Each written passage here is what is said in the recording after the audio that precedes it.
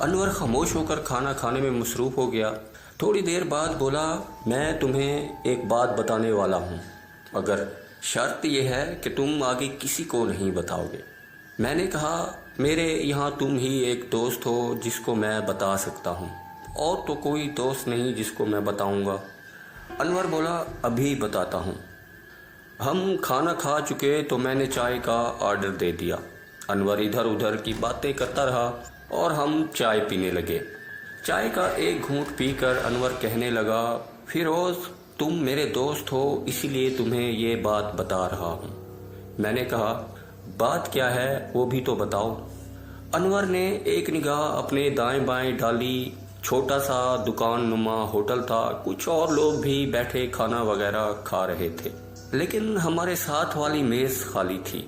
انور نے میری طرف ذرا جھکتے ہوئے کہا، مجھے ہندوؤں کے دبائے ہوئے ایک خزانے کا پتہ چلا ہے۔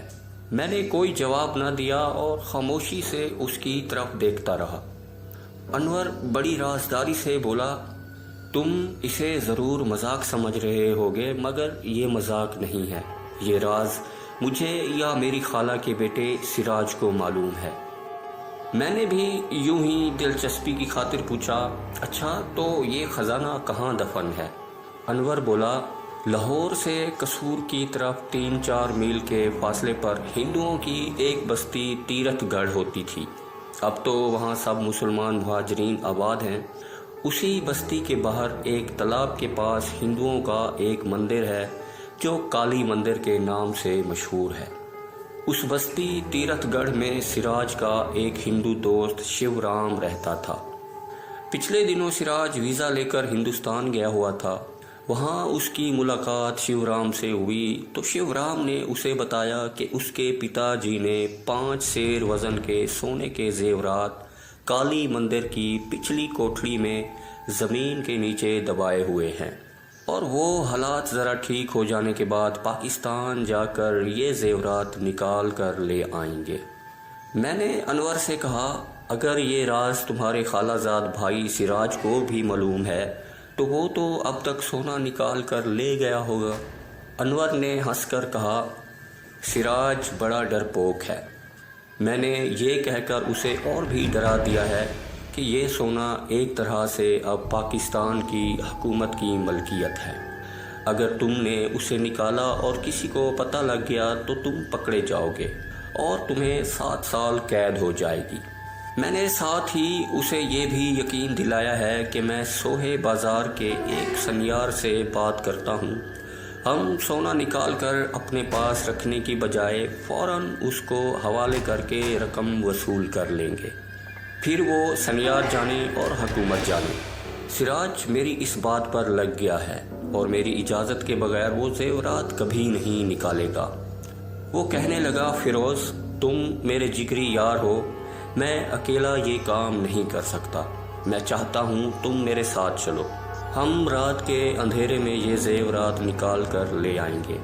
میں نے ایک سنیار سے بات کر لی ہوئی ہے، وہ اس کے عوض مجھے اس وقت ساری رقم ادا کرنے کو تیار ہے۔ ہم وہ رقم آدھی آدھی کر لیں گے، کچھ نہیں تو 50-60 ہزار کی مالیت کا سونا تو ضرور ہوگا۔ اس زمانے میں سونے کا بھاؤ جہاں تک مجھے یاد رہ گیا ہے 12-13 روپے تولہ ہوا کرتا تھا، مگر اس زمانے کے 12-13 روپے آج کے زمانے کے 1200-1300 بلکہ اس سے بھی زیادہ کی مالیت کے ہوتے ہیں۔ میں نے انور سے کہا، بھائی، مجھے روپے پیسے کا کوئی لالچ نہیں ہے، میں ان چند روپوں کی نوکری میں بڑا خوش ہوں، اور میں اس قسم کے کام میں پڑنا بھی نہیں چاہتا۔ جو روپیہ میں نے اپنی محنت سے نہ کمایا ہو، میں اس کو ہاتھ بھی نہیں لگانا چاہتا۔ انور بولا، یار، تم میرے جگری یار ہو، کم از کم میری اتنی مدد تو کر دو کہ میرے ساتھ رات کے وقت مندر تک چلو۔ میں اکیلا زمین نہیں کھود سکتا، کیا معلوم خزانہ کتنی گہرائی میں دبایا ہوا ہے۔ تمہارے سوا میں کسی کے آگے یہ راز ظاہر بھی تو نہیں کر سکتا۔ انور میرے چھوٹے چھوٹے کئی کام کر دیا کرتا تھا، میں اس کے آگے انکار نہ کر سکا اور میں نے اس کے ساتھ کالی مندر جانے کی حامی بھر لی۔ ایک روز شام کے وقت ہم دونوں نے اپنی جگہوں پر دوسرے آدمی بٹھا کر سنیما والوں سے چھٹی لے لی اور مزم چنگی سے قصور جانے والی لاری میں بیٹھ گئے۔ ستمبر کا مہینہ ختم ہو رہا تھا، بارشوں کا موسم گزر چکا تھا، رات کو ہلکی خنکی ہو جاتی تھی۔ انور نے اپنے ساتھ ایک تھیلا رکھ لیا تھا جس میں ہاتھ سے زمین کھودنے والی 2 کھرپیاں تھیں۔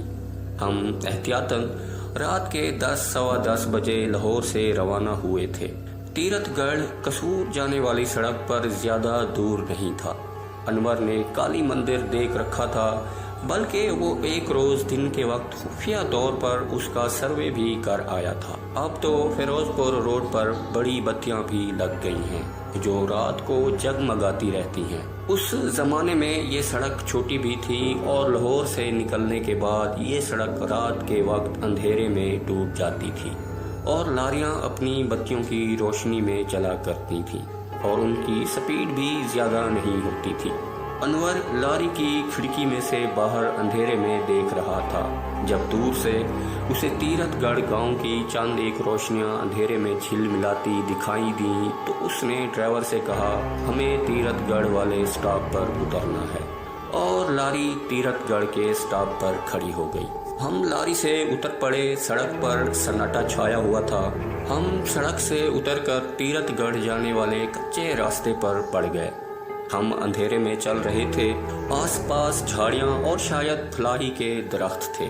کسی طرف جھینگر کے بولنے کی مسلسل آوازیں آ رہی تھیں۔ انور کہنے لگا، گاؤں کے پیچھے ایک پرانا تالاب ہے، کالی مندر اس تالاب کے پاس ہی ہے۔ پہلے یہاں بڑی پوجا پاٹ ہوا کرتی تھی۔ ہندوؤں کے چلے جانے کے بعد یہ مندر ویران ہو گیا ہے۔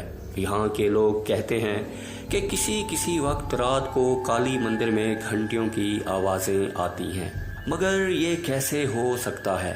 جب پوجا پاٹ کرنے والے ہی نہیں ہیں تو پھر گھنٹیوں کی آواز کیسے آ سکتی ہے؟ اس وقت مجھے محسوس ہوا کہ میں نے انور کے ساتھ آ کر غلطی کی ہے۔ کہیں ایسا نہ ہو کہ سوئی ہوئی کلا پھر سے جاگ اٹھے، مگر اب میں اپنے دوست کو اکیلا چھوڑ کر واپس بھی نہیں جا سکتا۔ تیرتھ گڑھ گاؤں کی بتیاں نظر آنے لگی تھیں۔ دور سے انسانوں کی بو پا کر گاؤں سے 1-2 کتے بھونکنے لگے۔ انور مجھے لے کر گاؤں کے پیچھے سے چکر کاٹ کر پرانے تالاب کے پاس آ گیا۔ رات کے 11 بج چکے تھے۔ ہر طرف عجیب ڈراؤنی خاموشی چھائی ہوئی تھی۔ تیرتھ گڑھ کی طرف سے آنے والے کتوں کے بھونکنے کی آوازیں بھی خاموش ہو گئی تھیں۔ تالاب اندھیرے میں بڑا ڈراؤنا لگ رہا تھا۔ اندھیرے میں اس کی سطح ساکت اور دھندلی نظر آ رہی تھی۔ ایسے لگ رہا تھا جیسے یہ تالاب بھی مر چکا ہے۔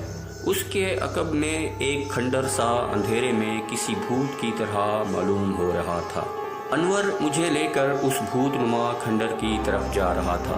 مجھے اس ڈراؤنے ویران کالی مندر سے اتنا خوف محسوس نہیں ہو رہا تھا جتنا خوف مجھے اس بات کا محسوس ہو رہا تھا کہ کہیں مجھ پر زرد پوش پجاری رگھو کی بدروح حملہ نہ کر دے، کیونکہ وہاں ماحول بدروحوں کا ہی بنا ہوا تھا۔ کالی مندر زمین سے 3-4 فٹ اونچے چبوترے پر بنا ہوا تھا۔ اس کی سیڑھیوں کی اینٹیں اکھڑی ہوئی تھیں۔ صرف اتنی اینٹیں باقی تھیں کہ آدمی ان پر پاؤں رکھ کر اوپر چڑھ سکتا تھا۔ انور میرے آگے آگے چل رہا تھا۔ مندر کی دیوڑی میں اندھیرا تھا۔ انور نے تھیلے میں سے ٹارچ نکال کر روشن کر دی۔ کہنے لگا، جس کوٹھڑی میں زیورات دفن ہیں وہ آگے ہے۔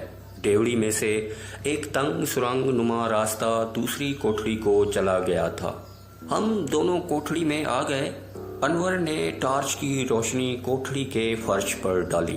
فرش پر ٹوٹی پھوٹی اینٹیں بکھری ہوئی تھیں۔ چھوٹی سی کوٹھڑی تھی۔ دیوار میں کسی دیوی کا کالا بت لگا ہوا تھا جس کے بازو، ٹانگیں اور سر غائب تھا۔ صرف دھڑ دیوار میں باقی رہ گیا تھا۔ مجھے خوف سا محسوس ہو رہا تھا، لیکن اپنے دوست کی وجہ سے وہاں کھڑا تھا۔ ٹوٹی ہوئی اینٹوں کا چھوٹا سا ڈھیر پڑا تھا۔ انور نے تھیلا ایک طرف رکھ دیا اور بولا، مجھے یقین ہے کہ زیورات یہاں دفن ہیں۔ میں نے کہا، جو بھی کرنا ہے جلدی کرو، کوئی آ گیا تو مصیبت پڑ جائے گی۔ انور نے ٹارچ ایک طرف اس طرح رکھ دی کہ اس کی روشنی اینٹوں کے ڈھیر پر پڑ رہی تھی۔ اس نے تھیلے میں سے ایک کھرپی نکال کر مجھے دی اور دوسری اپنے ہاتھ میں پکڑ لی۔ پہلے اس نے اینٹوں کو ادھر ادھر ہٹایا، پھر زمین کھودنی شروع کر دی۔ میں اس کے سامنے کے رخ پر آ کر بیٹھ گیا اور کھرپی سے زمین کھودنے لگا۔ زمین بھربھری تھی، بڑی جلدی ہم نے 2-2.5 فٹ زمین کھود ڈالی۔ نیچے سے کچھ بھی نہ نکلا۔ میں نے کہا، انور، تمہیں غلط اطلاع دی گئی ہے، یہاں کوئی زیورات وغیرہ نہیں ہیں۔ وہ برابر کھرپی چلا رہا تھا، کہنے لگا، ابھی معلوم ہو جائے گا۔ ہم نے 1 فٹ اور زمین کھودی ہوگی کہ میری کھرپی کسی سخت چیز سے ٹکرائی۔ ٹکرانے کی آواز سن کر انور نے خوش ہو کر کہا، فیروز، ضرور یہ زیوروں کا ڈبہ ہوگا۔ ہم اور تیزی سے زمین کھودنے لگے۔ انور نے ٹارچ کو گڑھے کے کنارے پر اس طرح رکھ دیا تھا کہ اس کی روشنی گڑھے میں پڑتی تھی۔ بہت جلدی ہمیں مٹی میں دبی ہوئی کوئی چمکتی ہوئی شے دکھائی دی۔ اس کا رنگ سونے کی طرح زرد تھا۔ انور بولا، یہ سونے کا ڈالا ہوگا۔ ہم نے کھرپی کی مدد سے اس شے کو مٹی میں سے باہر نکالا تو دیکھا کہ وہ ایک سوڈا واٹر کی بوتل کے سائز کا ایک بت تھا۔ انور نے اس کی مٹی صاف کی اور اس پر اپنا ناخن زور سے رگڑتے ہوئے کہنے لگا، فیروز، ہماری قسمت کھل گئی ہے، یہ سونے کا بت ہے۔ نہ جانے مجھے کیوں خیال آ گیا کہ یہ بت کہیں ہماری بدقسمتی کا باعث نہ بن جائے۔ میں نے انور سے کہا، انور، میں تمہیں ایک مشورہ دینا چاہتا ہوں، اس بت کو اسی جگہ زمین میں دبا رہنے دو۔ انور نے بت کو تھیلے میں ڈالتے ہوئے کہا، میں پاگل نہیں ہوں کہ ہاتھ آئی ہوئی دولت کو چھوڑ دوں۔ ہم مندر سے باہر آ گئے اور تیز تیز قدموں سے قصور لاہور روڈ کی طرف چلنے لگے۔ انور کہنے لگا، میرا خیال تھا زیور ہوں گے، مگر اب معلوم ہوا کہ یہاں سونے کا بت دبا ہوا ہے۔ یہاں سے ہندوستان بھاگتے ہوئے پجاری نے اسے دبا دیا ہوگا۔ مجھے تو یہ خالص سونا لگتا ہے، یہ لوگ اپنی مورتیوں میں خالص سونا استعمال کرتے تھے۔ میں خاموش رہا، میں نے کوئی جواب نہ دیا۔ مجھے ایسے لگ رہا تھا کہ جیسے کوئی منحوس سایہ ہمارے ساتھ ساتھ چل رہا ہے۔ خوف کی ایک سرد لہر میرے بدن میں دوڑ گئی جس نے میری ہتھیلیوں کو ٹھنڈا کر دیا تھا۔ میرے دوست انور کو بالکل علم نہیں تھا کہ کیسے کیسے دہشت ناک واقعات مجھ پر گزر چکے تھے۔ میں خوف محسوس کرنے میں حق بجانب تھا۔ انور خوفزدہ بالکل نہیں تھا، اس پر ایک ایسے شخص کی جذباتی کیفیت طاری تھی جس کو اچانک قارون کا خزانہ مل گیا ہو۔ اگر وہ بت سونے کا ہی تھا تو اس کی قیمت 1 لاکھ روپے سے کم نہیں تھی، اور اس زمانے میں 1 لاکھ روپیہ آج کے کروڑوں کے برابر تھا۔ انور نے دونوں کھرپیاں کھیتوں میں پھینک دی تھیں۔ بت کو تھیلے میں لپیٹ کر اس نے بغل میں دبایا ہوا تھا اور کہہ رہا تھا، اس وقت لاہور کی طرف جاتی ہوئی کوئی لاری بھی شاید ہمیں ملے۔ میں نے کہا، شاید مل جائے، مجھے بت کے سونے کی مالیت سے کوئی دلچسپی اور سروکار نہیں تھا، میں اس بت کو ہاتھ بھی نہیں لگانا چاہتا تھا۔ انور نے کہا، میں صبح صبح اسے لے کر سوہے بازار جا کر اس کا وزن کراؤں گا۔ فیروز، مجھے تو 3 سیر کا لگتا ہے۔ یار، 3 سیر سونا؟ یار، تم کوئی خیال نہ کرنا، جتنی رقم ملے گی آدھی آدھی بانٹ لیں گے۔ تم بے شک میرے ساتھ ہی سوہے بازار جانا۔ ہم لاہور قصور روڈ پر آ گئے تھے۔ رات کے اندھیرے میں سڑک سنسان پڑی تھی۔ انور کہنے لگا، اس وقت لاہور جانے والی لاری نہیں ملے گی، پیدل ہی چل پڑتے ہیں۔ ہم سڑک کے کنارے کنارے لاہور کی طرف پیدل ہی چل پڑے۔ کچھ دور چلنے کے بعد انور نے تھیلے کو بغل میں سے نکال کر ہاتھ میں پکڑ لیا۔ کہنے لگا، یہ گرم کیوں ہو رہا ہے؟ میں نے چونک کر پوچھا، کون گرم ہو رہا ہے؟ انور بولا، سونے کا بت لگتا ہے گرم ہو گیا ہے، ہاتھ لگا کر دیکھو۔ اس نے تھیلا میری طرف کر دیا۔ میں نے ہاتھ لگایا تو واقعی بت گرم تھا۔ میں نے دل میں کہا، مصیبت شروع ہو گئی ہے۔ میں انور کو سمجھا نہیں سکتا تھا، اس کی آنکھوں پر دولت حاصل کرنے کی پٹی بندھی ہوئی تھی۔ اسے آج کے 1 کروڑ روپے کے برابر دولت مل گئی تھی۔ اسے اور کچھ نظر ہی نہیں آ رہا تھا۔ پھر بھی میں نے اسے کہا، انور، میں جانتا ہوں تم میری بات نہیں مانو گے، مگر میں تمہیں کہنا اپنا فرض سمجھتا ہوں۔ میری مانو اور اس بت کو یہیں کھیتوں میں پھینک دو۔ انور جھنجھلا کر بولا، یار تمہیں کیا ہو گیا؟